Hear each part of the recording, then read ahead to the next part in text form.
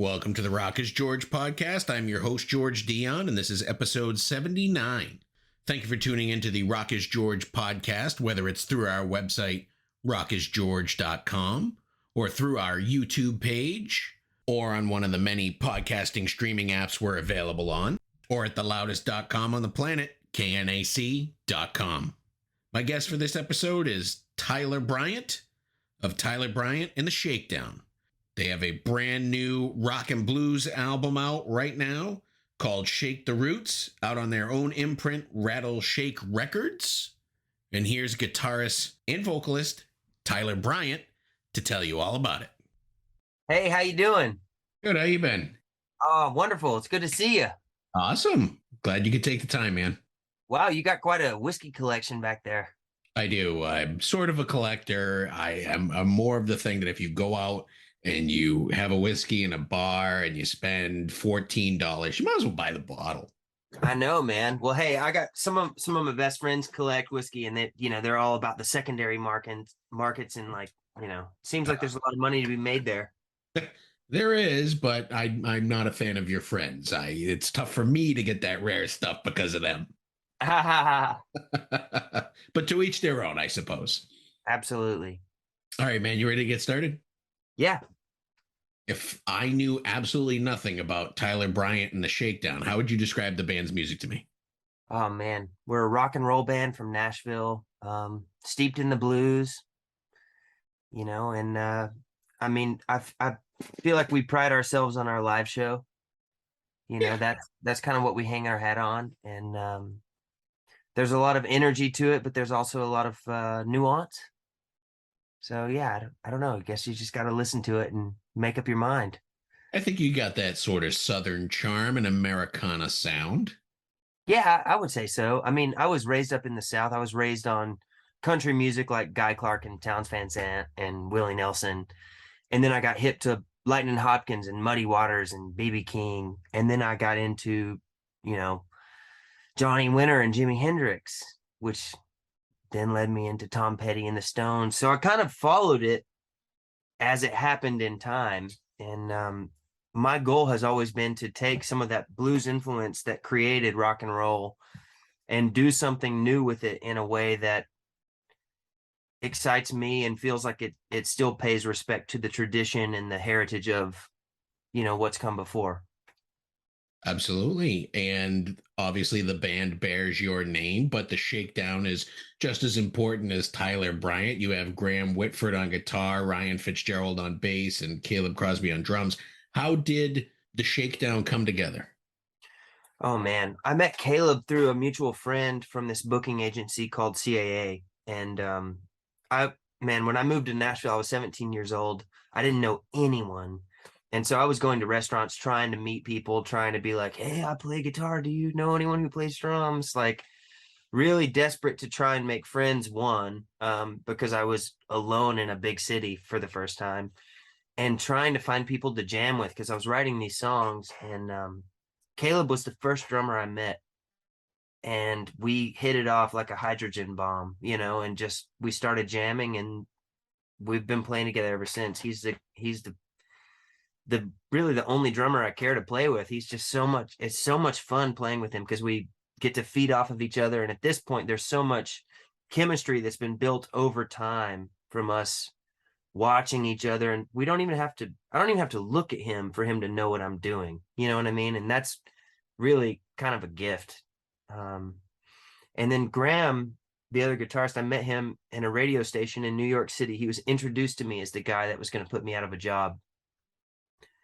And so Caleb was there too. And Caleb and I were both like, screw this guy. We don't want anything to do with him, because we were still trying to get our thing off the ground. And this guy was there with his guitar on his back and he looked cool. And we ended up running into him in California. And I remember we were all just like punk kids, and we went to the 7-Eleven and got these cheap cigars, and we were smoking these cigars. And Caleb and I decided that Graham was cool. And we were like, you should be with the Shakedown. You should come play with us. And he moved to Nashville. He moved in right next door to me, and every day he'd be knocking on my door, wanting to jam and play. And we just became fast friends. Like, at the heart of it, we're all just buddies, and we get together and we jam and we write and record and just have a good time doing it, and hope that that translates in the music. Yeah, absolutely. Ryan's new to the band, obviously. Yeah, Ryan's new. We're still getting to know Ryan. Noah Denny was the bass player for a really long time, and he left to kind of follow his passion of being a drummer, which we supported, because it's like, yo, if this is what it takes for music to remain fun for you and all that, like, go for it. And it's still one of my really good friends. But we're really lucky to have Ryan. Ryan has been a huge asset. He's got an incredible voice, and he stepped into the role with the proper attitude, because it takes a certain attitude to play with the Shakedown. You know, it's got to be kind of this us against the world attitude, and he's got it. You know. Absolutely. I think that should be the way for any band. Yeah, you can respect the other bands out there, but if you don't believe that you're the best and that you want to climb to the top, then it's not going to work. Totally. Totally. Your new album came out on September 9th. It's called Shake the Roots. It's your fifth studio album on Rattleshake Records. The album's title, Shake the Roots, kind of plays into you and the band going back to your roots and kind of assembling everything on your own, from the writing to the recordings and to the releasing of the music, correct? Right. Yeah. Yeah. Absolutely. Yeah. We felt like it was time for us to try. We've always wanted to start our own label and own our music. And we've been very fortunate to have great label partners in the past, and we've never been wronged by any of our label partners or anything. We've always just wanted to own it. It's like, we make it. We wanted to just try and own it and to do it ourselves. And that requires you basically funding everything yourselves, like hiring publicists, hiring a radio team, hiring digital distribution, like all this stuff.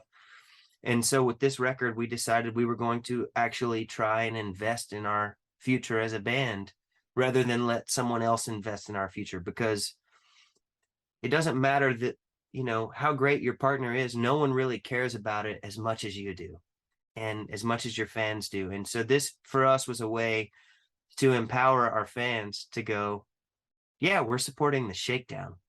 We're not supporting this band and this band and this band. We're supporting the Shakedown when we buy the record. And I think it was, once we made up our mind, it was really empowering to record this album with the fan in mind, knowing that this is going to them and coming back to us, and then whatever comes next is going to them. And it's like this back and forth thing that we get at our live shows. And it's always been grassroots with the Shakedown. And I think this was just a logical step. It just felt like the only way forward that would make sense at this point for us. Well, I think with this album, you actually really captured it. It doesn't feel like there's outside hands in it. It doesn't feel like it needs to sound perfect for radio. It doesn't sound like, we got to make it glossy. It sounds like you guys were in a room and doing your thing.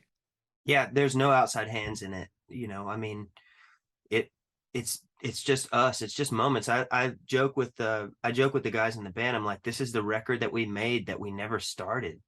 I mean, like, we just, I'm in my home studio now, and I've got everything set up to where if you were to come over here and say, yo, Tyler, I've got an idea, man, and you sit down on the couch with a guitar, I'm going to turn on the microphones closest to you and try and capture that. And I think that's kind of how this record was recorded. It was very sort of informal. And I think that we thrive in that space where it's not, we've made records where we go into these really, like, state of the art studios, and it's high class and expensive. And the truth is, we're just like blue collar rock and roll people who just like to get together and jam. And trying to take sonic snapshots of that was really fun, because we got a lot of really fun recordings out of it. Like, if you listen to Tennessee, you can hear the guys in the band like screaming during the guitar solos, because we were just hanging out, having a party, and recording a record at the same time. Yeah, absolutely. So let's talk a little bit about those songs. Let's talk about the stuff that you've released as promotional songs so far. Ain't None Watered Down. What kind of inspired that song for you? Oh man, well, so my wife is in a band called Larkin Poe, and it's funny when we met through this engineer named Vance Powell, producer, engineer, mix engineer, just sonic guru, master wizard. And he introduced us to write songs together, and we never wrote songs, but we ended up getting married. And then, like, after a couple years of being married, we started writing songs together. And she's become one of my favorite people to collaborate with musically. And one morning we were drinking our coffee, and I picked up a guitar and we started singing. And the next thing you know, we'd written that song "Ain't None Watered Down." And I thought it was a pretty cool song, so I came downstairs and started recording it, and that's the record version. You also worked with your wife Rebecca on Hard Learned, and Yeah, she even sings a little bit on that one, right? yeah. She sings a little bit on Hard Learned and also on that song Tennessee. But yeah, Hard Learned was the last song recorded for the album, because like I kept telling Caleb and Graham, I was like, man, we don't have a break in the sort of relentlessness. It's either like high energy or mid-tempo grooves. We don't have like a place for the listener to catch their breath. And I think that while the Shakedown does excel at the high energy rock and roll thing, we also really, I feel like we do that thing well, of like just taking a step back and letting the music speak for itself, and slowing it down a little bit. And so I started I can't remember why I started writing the lyrics for Hard Learned. It's probably some Rebecca telling me not to do something, or to like buckle my seatbelt or something. And we finished those lyrics together, and I came downstairs and recorded the song, and I sent it to the guys and was like, check this out. And they were like, yep, let's put that on the record. So it was really natural the way it happened. Like I said, Rebecca's one of my favorite people to collaborate with, because originally and I haven't talked about this yet. I found the demo of it, like the iPhone memo that we just kind of recorded the idea down with before I came down and made it. And my original lyric was hard learned, hard learned. I want to cross that bridge, but I'd rather just watch it burn. Watch it burn. And she said, hard learned, hard learned. What was it? Say a prayer for me, because the devil don't seem concerned. And it was like, okay, it's better. You know? Well, you better get used to her correcting you. It's going to happen your whole life. Exactly. I've been married 16 years. Yeah. Ghost Rider, one of my favorites from the album. It's more of a hard rocking song. So if you want to talk about kind of what inspired that one. Oh man, that was just a late night jam with Graham and I. We were just kind of kicking around. Caleb, our drummer, recently had a son who's 1 year old now. And we Graham was playing drums, I was playing drums, we were riffing. Next thing you know, I'm singing. And a lot of times when writing, it's like it just, something comes out, and the word Ghost Rider I kept singing that, going, hey, Ghost Rider. And then the next thing is pedal down my feet to the fire. And it just kind of kept hitting with the riffs, and we just followed the lyric and the riff, and we ended up with a cool song. And it means something totally different to me than it means for Graham, but we tag teamed the lyrics on that one, and I'm proud of how that one turned out. You mentioned Tennessee a couple times. It's a great song, sort of like a homage to where you live. Yeah. So, I mean, obviously living in Nashville, you have this rich, not just music culture. I think that the landscape is different than up here in the busy Northeast, and everything around is different. And I think you kind of encompass that into this song. Totally. Yeah. I think that we feel a lot of pride being a rock and roll band in Tennessee. There's a lyric in this song that says, it ain't all country, we got rock and roll. And that's something that we pride ourselves on. We get to take it around the world and tell people we're from Nashville. And yeah, we're proud to be here. I think that Nashville has, and Tennessee in general, there's a lot of great art that comes out of Tennessee. And I'm not from Tennessee, I'm from Texas, but I've lived here since I was 17, and I've built up such a great friends group and such a great artistic community around myself, that I'm grateful for. And so that was just a way for us to tip our hats to that and say, we're proud to say we're from Nashville, and we're proud to carry a rock and roll flag for Nashville, you know? Absolutely. And you mentioned briefly in the song that the whiskey is sweeter, and obviously I'm a whiskey collector over here, but Yeah. what is a good local whiskey from the area that you're at? Oh man. Well, so Rebecca took me to the Bell Mead distillery. Have you tried that one? Yeah, yeah, yeah. They make So a couple different things. yeah, a couple different things. We went there to that distillery on my birthday. It's just, in Marathon Village. It was really cool, but they have, there's a long, long history behind that one. We've never done the Bourbon Trail or anything like that. I have some friends who are really into it, but yeah, there's all sorts of stuff. I guess it's what Greenbrier Mhm. is also. I'm probably messing this up, but I believe that what Greenbrier was like the original Jack Daniel's recipe. Yeah, yeah. I think there's sort of like a sort of connection between the two, and obviously Jack Daniels is like the Tennessee brand, I but love it. You're trying to be humble, but you know so much. trying. There's just so much today. I can tell by your collection that you know a lot about this. it's exploded, and it's tough to keep up with all of it. But I mean, when somebody asks me what's in a whiskey, I'm like, Oh this. man, so it's like there was a time I had a friend going in for a surgery, and I was like, you know what, we're gonna put a care package on his porch, and we're gonna get him a bottle of Weller, and we're gonna get like, so we went and tried to find all these things, and it's like what we were talking about at the start of this. It was impossible to find any of this stuff. Yeah, I usually have to get Weller through like a lottery system they have up in and some of the liquor stores up here. You basically purchase like a charity ticket, and then you're just purchasing the right to buy it. And then Wow. some people mark it up, some people don't. Like it usually they're supposed to not mark it up, but it becomes a whole thing trying to get Weller or Buffalo Trace or anything like That's that. that's the thing is Buffalo Trace here is like, I mean, there's been so many. It's well whiskey down there. It's well bourbon down there, right?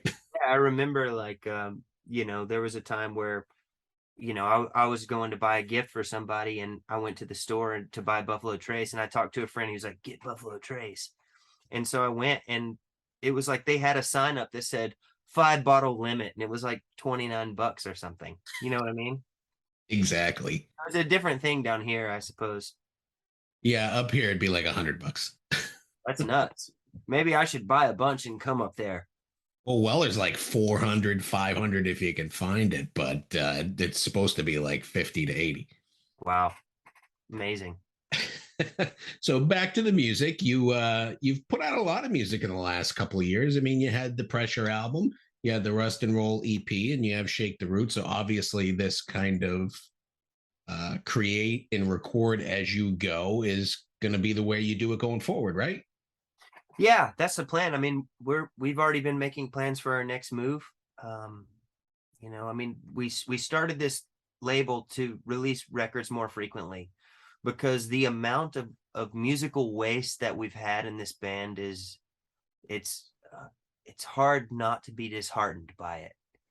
And that's why it's one of many reasons why Rattleshake Records exists. It's for our fans, and it's also for us. It's for us to have a way to sort of get the creativity out and also share rather than just dispose, because we've had records sit on shelves for too long, and we've had it's so disheartening as an artist to put all you've got into something and then never get to play it for anyone.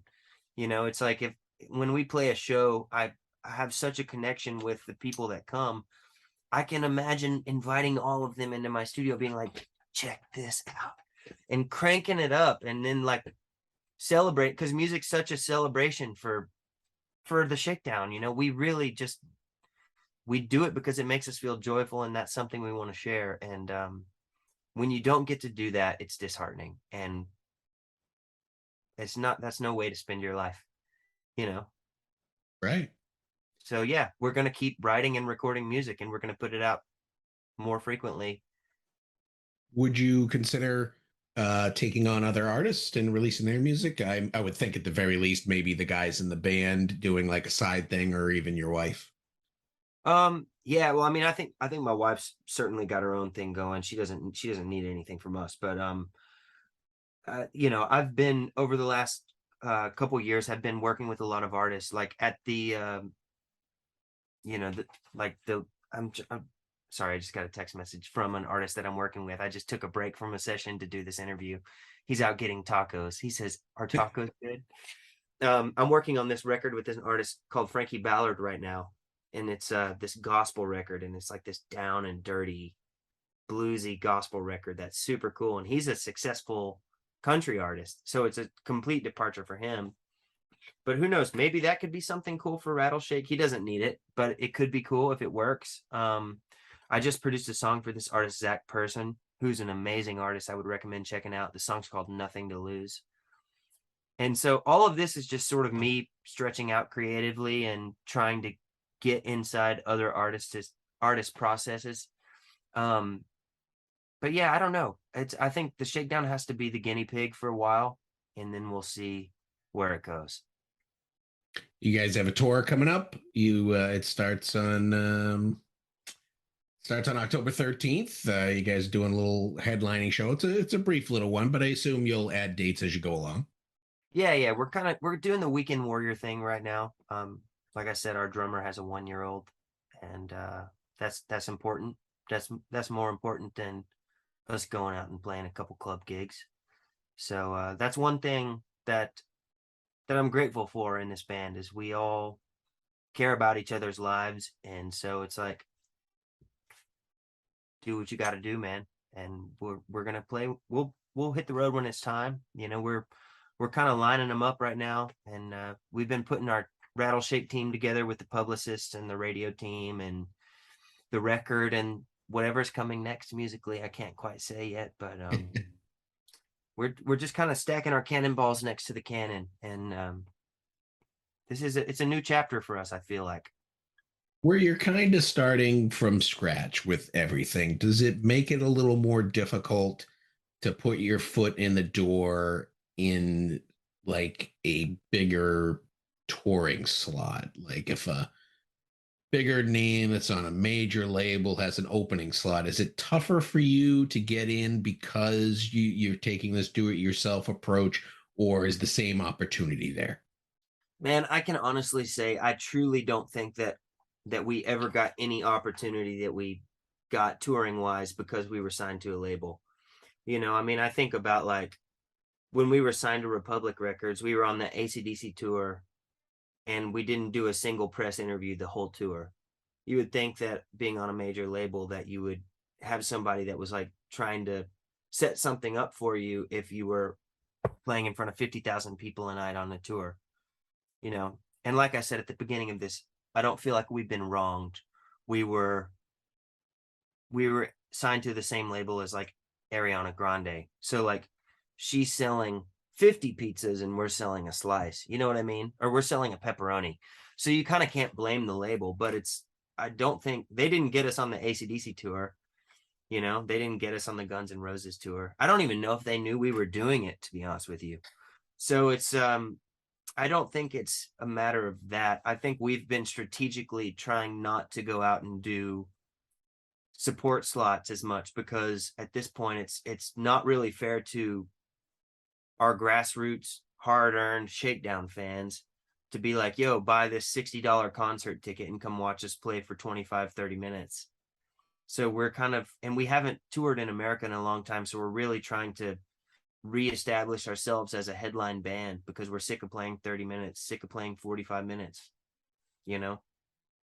Right. You get so much music at this point. Do you have like a local place that is like your go-to that, would be like, oh, you guys want to play tonight? Come on in. You guys want to play, next month? Come on in.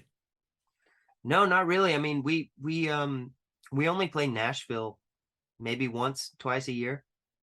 And we just played Nashville at this club called the Basement East, which is amazing because it got rebuilt after the tornado. Yep. It was packed. It was great. Um, that was the album release show. And what always blows me away about playing Nashville is it's always Shakedown fans who travel from Kentucky, Georgia, Texas. There were people who flew from New York. There have been people who've flown from Brazil and they come to Nashville, and it's like we always have to fight to let Nashville know we're here, which is another reason Tennessee's on the record going like, hey y'all, Shakedown's here. What's up? But it's okay. I kind of like feel a little bit empowered by that redheaded stepchild vibe, Absolutely. But we don't have a regular place, we go wherever it makes sense and wherever we feel like people want to come out and see us.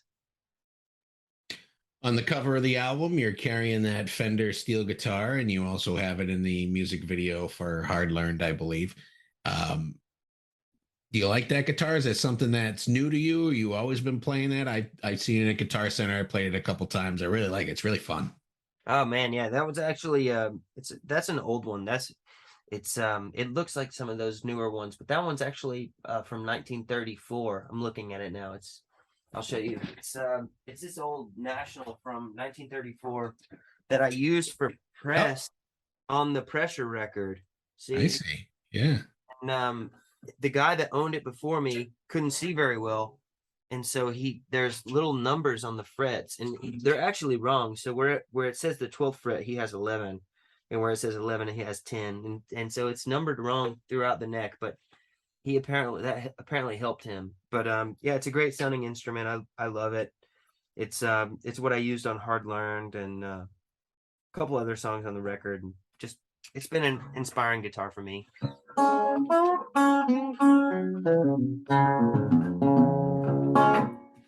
Great tone, and you're not gonna has that vibe, yeah. Yeah, you're not gonna find something like that coming out of guitars today, probably. Yeah, probably not.